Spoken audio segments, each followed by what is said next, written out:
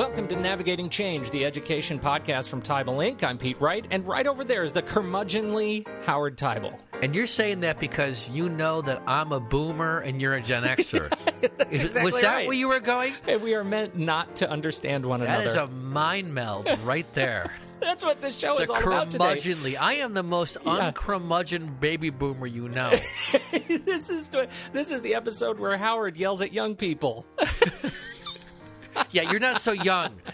The guests might not know that, or the audience might not know that, but you are not as young as you think you are. I wear hoodies with style. That's all you need to know. I do too, and it looks really awkward. You're right.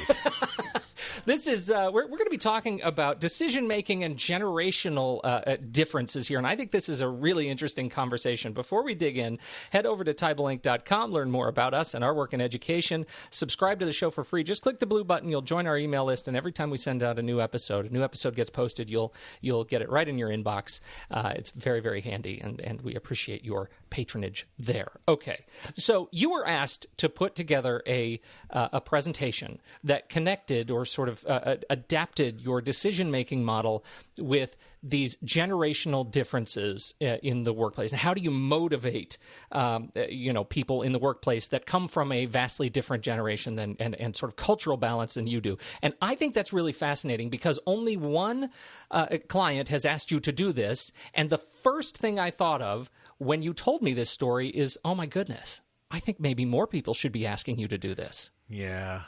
Don't you think? I mean, is that crazy? No, there's no question. So first of all, as you know, I like making our workshops very interactive. So one of the things I did is I put up a slide so that people could understand who they were, which surprised me a bit, and I actually shouldn't have, is that people, for the most part, don't know what designation they're in. Right. So many people don't even know whether they're Gen X or baby boomers. And the truth is that there's a boundary here that, where there's a 2 or 3 year period you could be in either. And then there's a question of what you relate to. So once we got clear where we are in that scale, I had people that were in the 50 and up, which are the boomers, approximately 30 and up in Gen Xers, partner up together. And then I asked the millennials who are under 30 to raise their hands. And I said, all right, I want you boomers and Gen Xers to come together, sit down with the millennials, and I want you to talk about what you believe are the strengths of both sides and also the weaknesses. And it played out exactly as you read about in the media, as you listen to TED Talks, is that there is a lot of negative views of the other side. So for the younger generation, it's the fact that the older ones are slow to change. It's the classic view of people who are in the upper reaches in their career, and they're sort of stuck in their own ways. And then the boomers and Gen Xers saying the millennials, all they're looking for is work where they can make an impact, but they don't want to focus at all on conventions. If they're not satisfied, they're going to go do something else.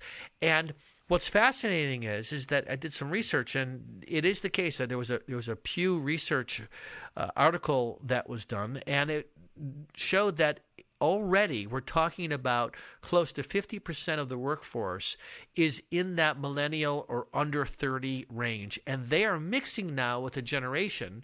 Boomers will be working themselves out. Gen Xers are going to become, in a sense, the new boomers, if they still call them Gen Xers. But the idea is they're going to become the traditionalists, or sort of this is why we do things.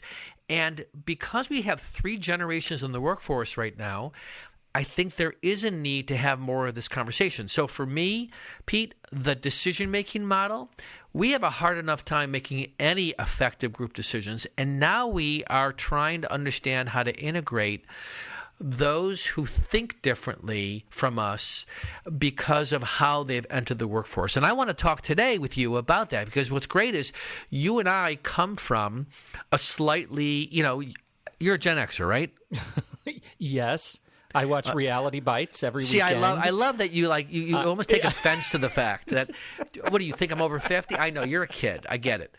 But for us to sort of discuss some of the differences here, for people to start saying, you know what, we got to put some more energy into thinking about how we're integrating 3 different generations or designations into the workforce. So how did this go? Let's start looking at some of these major character differences, or these sort of cultural acceptance, or these sort of cultural adaptations of each of these groups, and then we need to map them to making good decisions. All right, so here's one distinction I think that's really helpful for the audience to think about. It was what motivates your workforce. And there were a number of studies that were done, and I created this matrix based on different studies. And one of the questions was, what motivates you as a boomer, as a Gen Xer? And so they took different generations, above 50, above 30, above 50, above 30, and then below 30. And for boomers, it was, you are valued and needed. That was an overarching view of those who are, and I'm a boomer, so I resonate with that. This idea that my work is valued and I'm needed in the workforce. The Gen Xer reflections from the study was that you're not only valued, but you can do it your own way, and it's okay to break the rules. And they brought that mindset to the work that they were doing as they were entering the workforce into their 20s.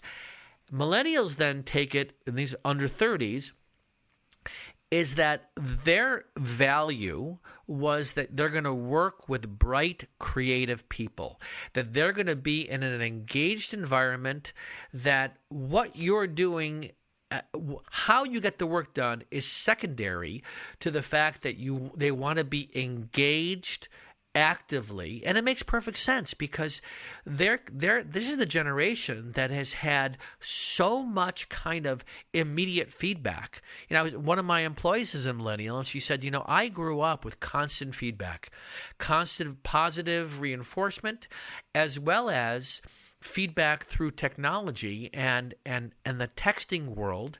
And as a result, I need to be engaged all the time. Mm-hmm. So that motivation, the importance of that is that what motivates you will drive how effective you are, how much you bring yourself to your work.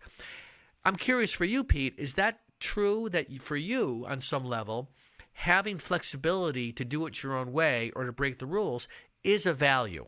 Yeah, it's a huge value, and I think that's I'm seeing more and more people of my generation who are looking at alternative ways to work, and I think in that regard, we are learning something, or it's releasing some sort of latent behavior by watching the way millennials work. That there is real value to working with bright, creative people. That in fact, when you approach me with this idea that young people have to start out in the job market like I did, and they have to start in the mailroom and collate, and they have to do a lot of stapling and filing or something, sort of paying your work. dues, yeah, right? Paying your dues.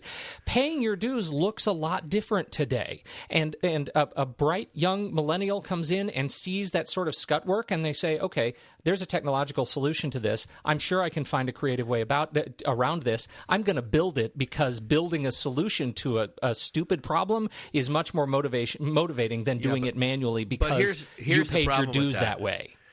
That's right. So you pay, but here's the problem with that. The interpretation that's left with others is you have individuals who are impatient and are unwilling to understand, not this is how we do it, but there's something to learn. And I actually think millennials do want, there's a study that they don't want bosses, they want coaches. Yeah. Which is a brilliant concept, right? This idea that I want someone to mentor me. I don't want someone to be my boss. And there was a generation where it was more, the older generations wanted a boss. Why? Because a boss will tell you what to do. A boss is accountability. It is stability. That's right. It is a mentor all of those is things. Teach me, help me be more effective. And what I'll tell you is, we have not trained boomers and Gen Xers to be mentors. We have brought them into the workforce, and I'll reflect on higher education. And higher ed is typically a couple of years behind what the for-profits are doing in terms of organizational effectiveness. So they're even further behind in thinking about how to integrate a younger generation that is interested in making a difference. Higher ed's sort of superficial selling point is, you come work here, you're going to have stability, it has a social value, and with those two things, you're also going to get paid less. And you need to understand that. I mean, I can't tell you the number of people I've talked to that choosing a career in higher education require that they not have the value be that they're going to make a lot of money. And that many, especially on the administrative side, if you move up in administration, could be making a lot more in the for-profit. But they're choosing this because there's a lot of great value in it from a mission-based, and also the nature of working in this kind of stable, really exciting environment that's evolving. And the generation of boomers and traditionalists, especially those over 70, which are mostly out of the workforce but not entirely, they are going to be replaced by a generation of Gen-Xers who are going to be either taking advantage of 30-year-olds' excitement and enthusiasm for breaking the rules even more, and saying, we want to have change happen in a rate that maybe you're not even comfortable with.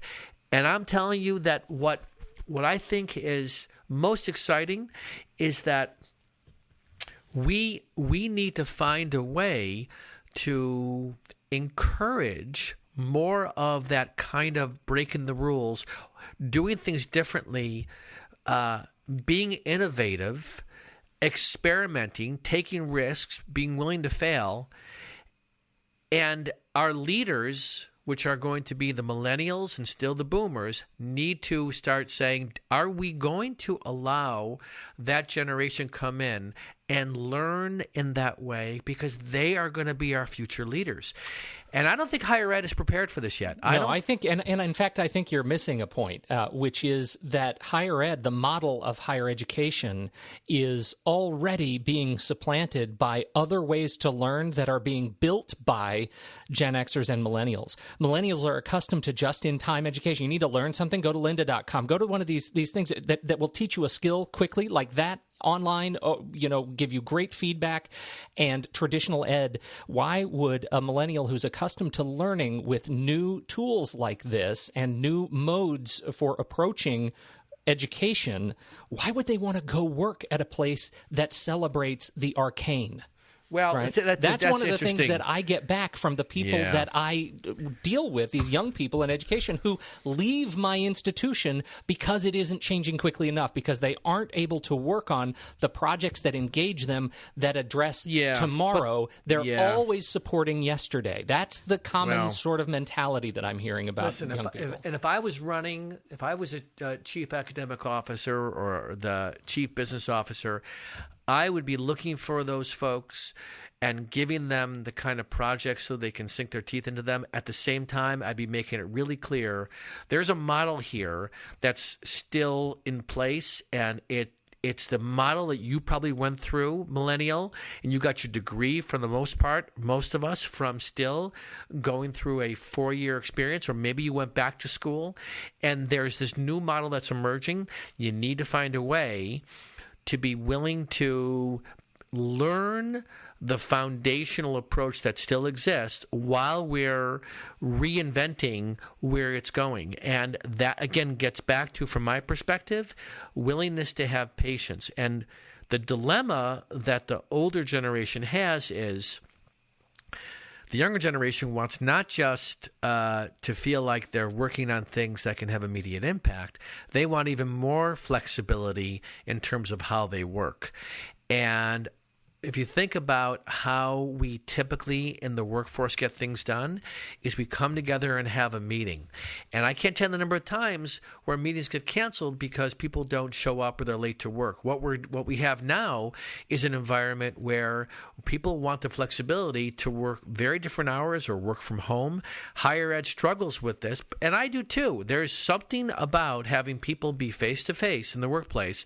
If you're running an organization, that you want to build that kind of camaraderie, and you lose some of that when you offer the kind of remote working or video conferencing. It is not the same. So there has to be an appreciation on both sides and dialogue. That to me is the foundational thing I'm going to tell anyone listening to this, is that you got to find a way to sit down with your different generations and open a conversation about what motivates you in being here. What are you looking to get out of this work? And start to have these conversations about how we look at the world differently. And some of it's related to our age. That's the thing that I think is really important, because how often do you hear managers, leaders, administrators say, "Oh my gosh, it's so frustrating. These millennials, they won't stick around, they won't commit," without asking the question why. That's right. So I think that's really where we're going here, is at least have the conversation, because I can, as somebody who, you and I have been working together remotely for going on 10 years. Yes. And I don't even know what you look like anymore. I think it's so important. I hear you say video conferencing, it's not the same, but to what standard? And maybe the responsibility goes both ways, is that, it is as important for, millennials who desire alternative work arrangements to come in with a clear and honest and open sort of and patient approach to change in the workplace, as it is for boomers who've been running a department for now decades and don't like change and are confronted by people not wanting to come to work every day to say, okay, really, what do we need in the office versus, what do we just need to get done? Well, see, here's the other piece that I think is lost in this conversation. We sort of act like now that we've got these designations, this is a new concept. Yeah. What we're talking about has happened in every generation. Every time a generation goes through a 20-year period, right? And I say 20 because once you get to your 20s, you begin, you've been through your parents taking care of you, and now you're entering the world and you're creating your own identity. So that's in some ways why it falls into these under 30, under 50, under 70. And then we've got these somewhat arbitrary designations. I mean, the really only true, in the research that I've done, the only true designation was for the baby boomers, right? Which the Census Bureau came up with this. Gen-Xers was created by the Harvard Center. Millennials was another take on this idea of Millennials and Gen Z were designed by just an independent review, and then Tom Brokaw came up with the Greatest Generation, and it was a way to talk about each other, but every generation goes through this, and I think the dilemma with the labels, Pete, is that the labels have been used to talk about either the generation before you or after in a way that talks about how they're not different. It's almost like the grandparents not relating to the children, right? Yeah.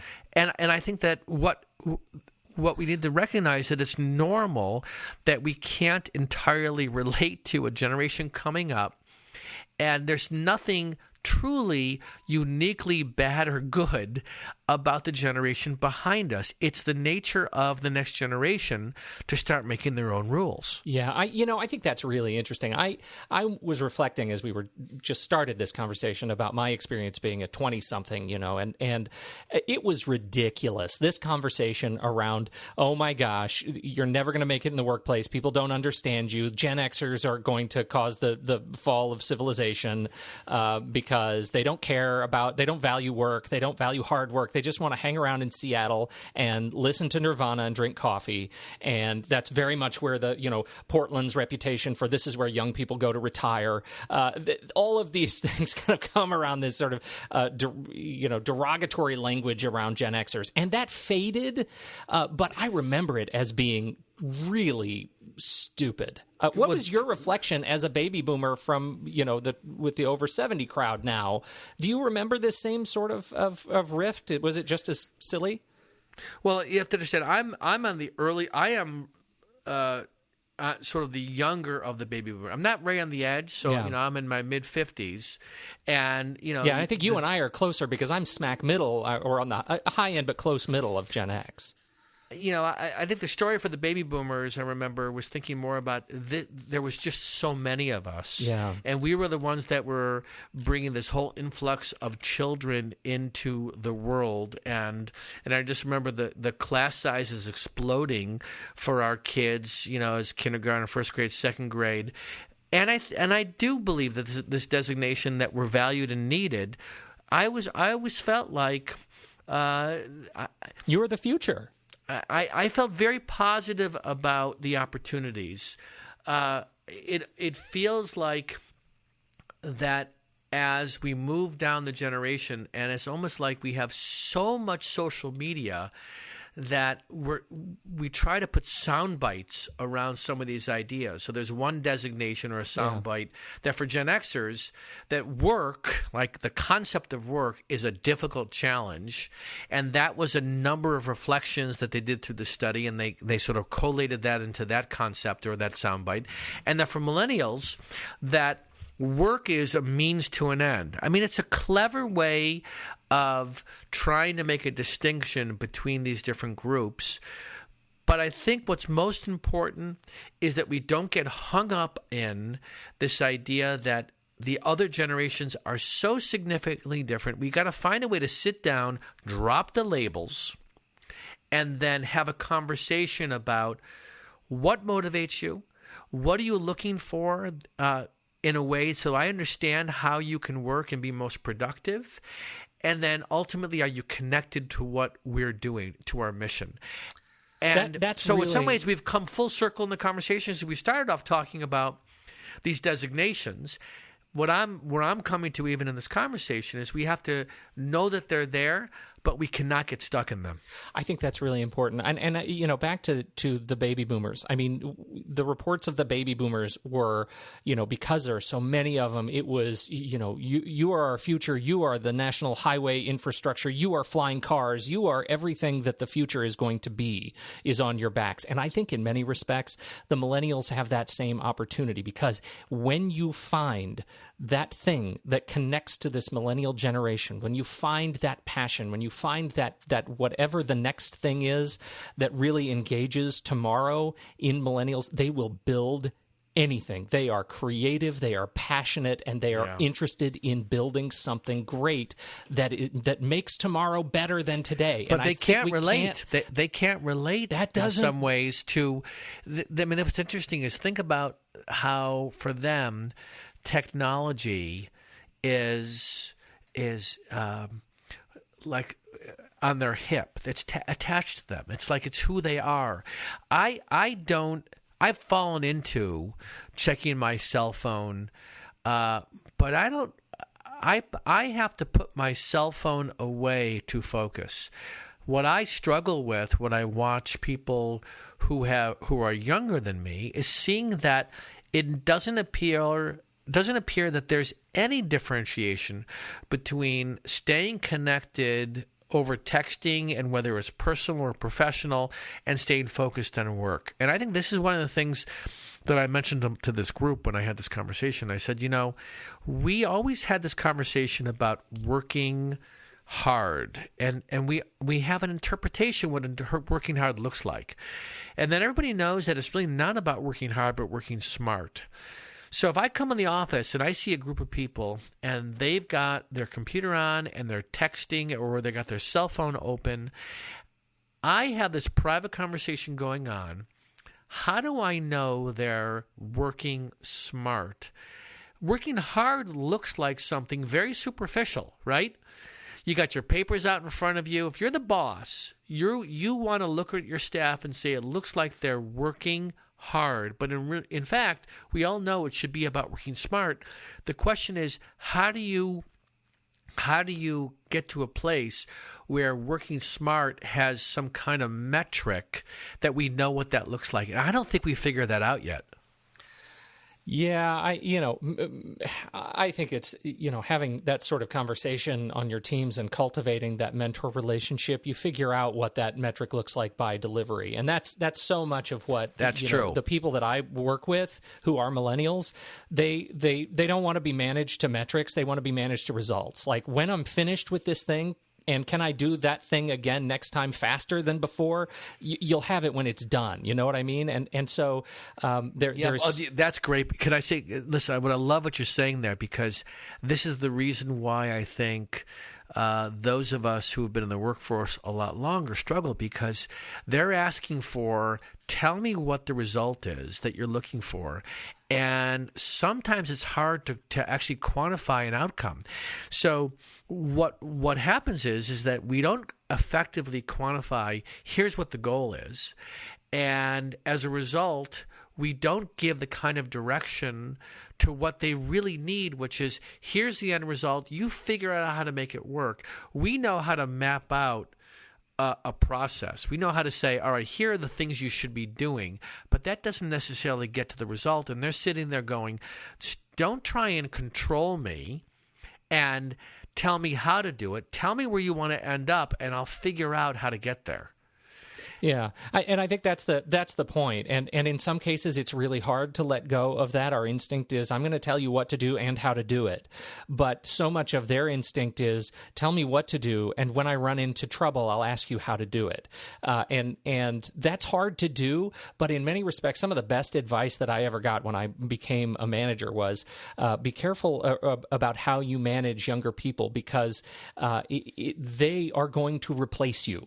And it is in your best interest to try to adapt to as much of making them successful, their behavior helping you be successful culturally, than to force them to adapt to something that is not, because you will be replaced by them. Their culture will not change as a result of what you say. It will not change. If it feels like it's changing, it is just hiding. They're just hiding until you're out of the way, and they can make something great that really resonates with them. But then how do you know the difference? I love that. And the question with that is, how do you know when giving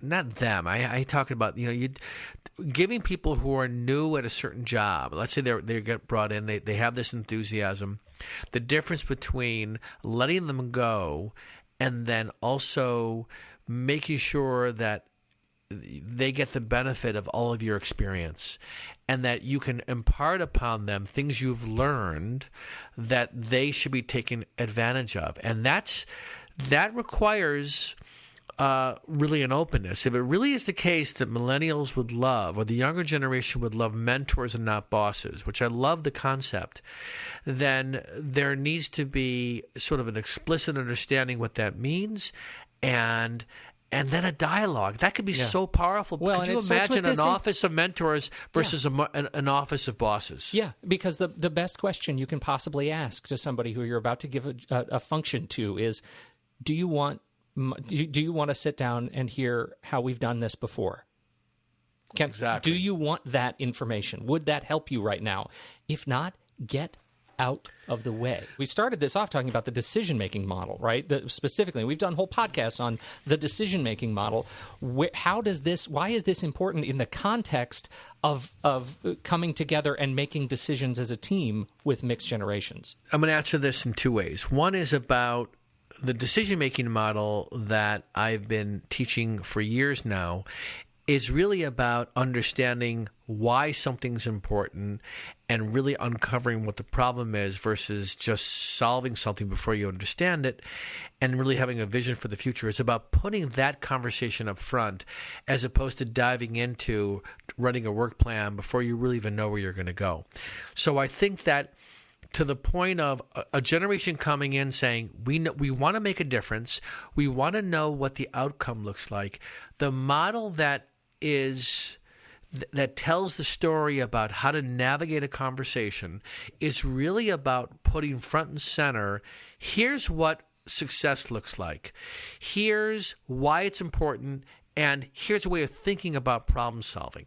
And no matter what generations you have in the workplace, what this does is gets everybody in the same team. And if it's the case that the younger generation wants meaningful work where they're engaged in something that's going to make a difference, this is the conversation that has to happen and will engage them to feel connected to the mission.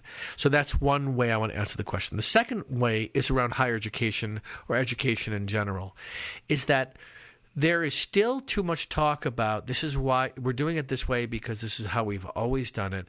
And we're challenged by how willing are we to break the rules and experiment and try new things, whether it's online education, whether it's articulation agreements with other types of learning so that students can, in some sense, unbundle their education and provide even more value to them. And the only way that's going to happen is if we push on our own sense of what it means to get the job done. And I'm going to speculate in the next 10 years, one of the real assets the younger generation is going to bring is forcing those of us who have been doing this a long time to start thinking differently, that they're going to push us to say, you need to think differently. If you want to have this outcome, if you want to have your enrollment stay up, if you want to not have the finances continue to go up at 5% a year for students and the cost of education, we need to think differently.